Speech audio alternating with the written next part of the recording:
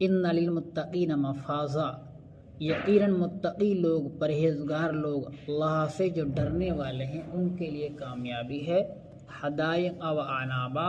ان کو وہاں پر باغ دیے جائیں گے جن میں ہر چیز ہوگی، بڑے بڑے باغ ان کے ہوں گے، و اعنابا، انگور بھی ہوں گے، و کواعب اترابا، اور ان کے ہم عمر خوبصورت عورتیں ہوں گی، و کأسن دہاقا، اور لبالب بھرے ہوئے شراب کے گلاس ہوں گے۔ لا یسمعون فیہا لغوا ولا کذابا، وہاں پر وہ نہ کوئی لغو اور نہ کوئی جھوٹی بات سنیں گے، بیکار کی فالتو کی باتیں نہیں ہوں گی۔ وہاں تو دل کی صفائی کر دی جائے گی، اندر کی دنیا کی دشمنی بھی ہوگی نا، وہاں پر وہ دل دھل کے جائیں گے، وہ دشمنی وہاں نہیں رہے گی، کیونکہ آدمی دنیا کے اندر دشمنی جو رکھتا ہے زیادہ کر حسد کی بنا پر رکھتا ہے، اور حسد بھی زیادہ کر وہ آدمی کرتا ہے جس کو یہ لگتا ہو کہ میں اس کے برابری نہیں کر پاؤں گا۔ آپ نے دیکھا ہوگا جو لوگ اچھے پیسے والے ہوتے ہیں ان کو کسی سے کوئی خوف نہیں ہوتا، اور وہ خوش و خرم رہتے، کسی سے حسد بھی نہیں کرتے،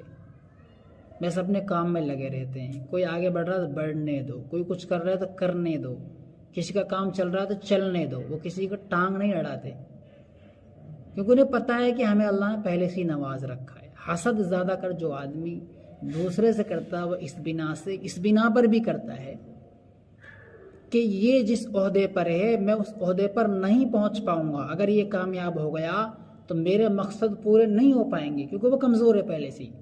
تو یہ چیز جنت میں نہیں ہوگی، کیونکہ وہاں پر جس کو جو ٹھکانہ مل گیا وہ آپ چھین ہی نہیں سکتے، پتہ ہے کہ میں اس سے چھین نہیں سکتا، یہ تو ہمیشہ کے لیے مل گیا۔ اس لیے فرمایا وہاں کوئی لغو بات نہیں سنیں گے، کوئی جھوٹی بات نہیں سنیں گے۔ کئی باتیں بتائی جو متقی آدمیوں کے لیے ملیں گی، جیسے کہ کامیابی، سب سے بڑی کامیابی، یہ لفظ سب سے زیادہ خوش کرنے والا ہے، کامیابی۔ اور پھر باغات ملیں گے، حدائق فرمایا کہ بڑے بڑے باغات جن میں ہر ایک میوے ہوں گے، انگور، وہاں کے جو انگور ہیں ان کی لذتیں الگ ہوں گی، جنت کے جو انگور ملیں گے۔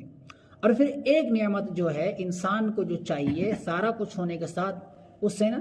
تو اللہ تعالیٰ نے وہاں پر جنتیوں کے لیے بیوی بنائی ہیں، اور وہ ایسی ہوں گی جو ہم عمر ہوں گی، اور وہ نئی ساختہ ہوں گی، نئی ساختہ یعنی نئی بنی ہوئی ہوں گی، یعنی کہ وہ پہلے سے ہی اللہ تعالیٰ نے ان کو، اللہ تعالیٰ آپ کے لیے نہ نور سے بنائیں گے، نہ ان کو آگ سے بنائیں گے، نہ ان کو مٹی سے بنائیں گے،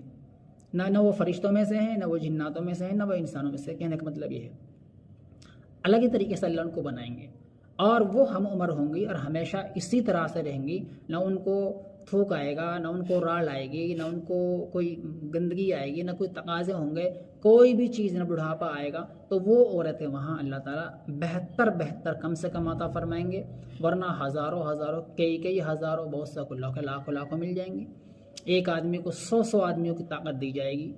خوبصورت رہے گا، کوئی داڑھی نہیں آئے گی، کبھی بڑھاپا نہیں آئے گا، کبھی بیماری نہیں آئے گی، کبھی کوئی فقیری نہیں آئے گی، کبھی غریبی نہیں آئے گی، کبھی کاروبار کا ٹینشن نہیں ہوگی کہ بھائی کاروبار کیوں نہیں چل رہا، اولاد کی ٹینشن نہیں ہوگی، یہ اولاد نافرمان کیوں ہو رہی ہے، بات کیوں نہیں مانتی ہے، کبھی نماز بھی وہاں نہیں پڑھیں گے، وہاں پر جو ہے قرآن بھی پڑھنے کے لیے حکم نہیں ہوگا وہاں، کیونکہ حدیث میں لا عین رأت ولا اذن سمعت ولا خطر علی قلب بشر،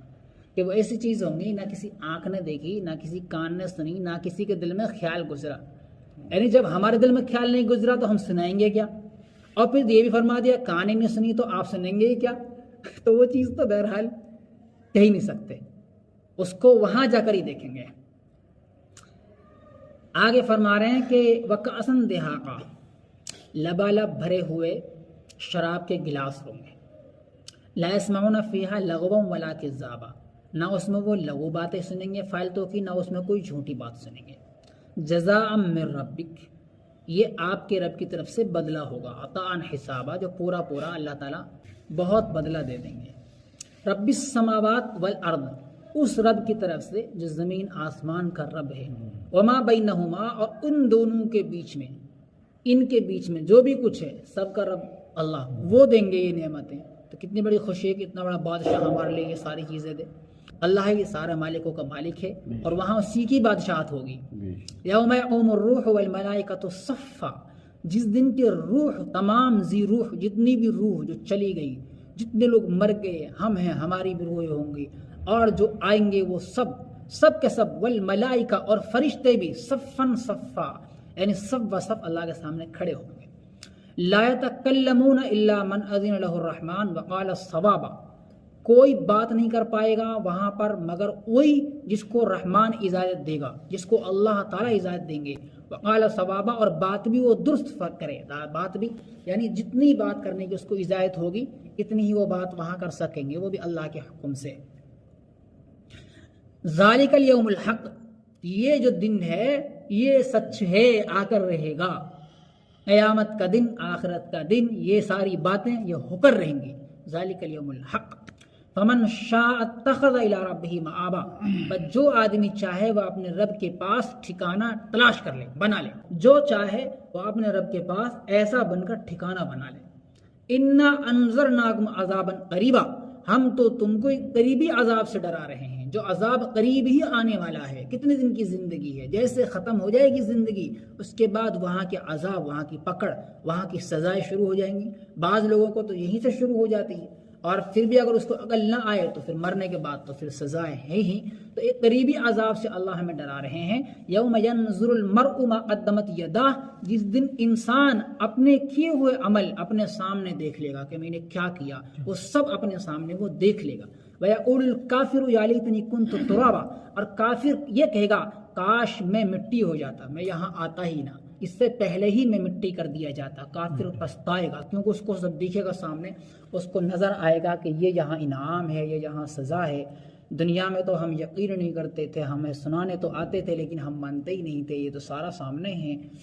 عذاب اور اس کا بدلہ، اور جو ہے مومنوں کو جو دیا جا رہا ہے۔ تو کافر کیا تمنا کرے گا؟ کافر سوچے گا کاش میں مٹی ہو جاتا، میں دنیا میں سے یہاں آتا ہی نہ، لیکن وہ تمنا ہی رہ جائے گی۔ اللہ کے سامنے سب کو جانا ہے، اللہ کے سامنے سب کو کھڑا ہونا ہے، اور پھر اللہ تعالیٰ اپنے سامنے کھڑا کر کے سوال کریں گے، پوچھیں گے۔ کامیاب کو انعام ہے جنت، اور ناکام کو سزا ہے دوزخ، جہنم کی سزا۔ اللہ ہمیں عمل کرنے کی توفیق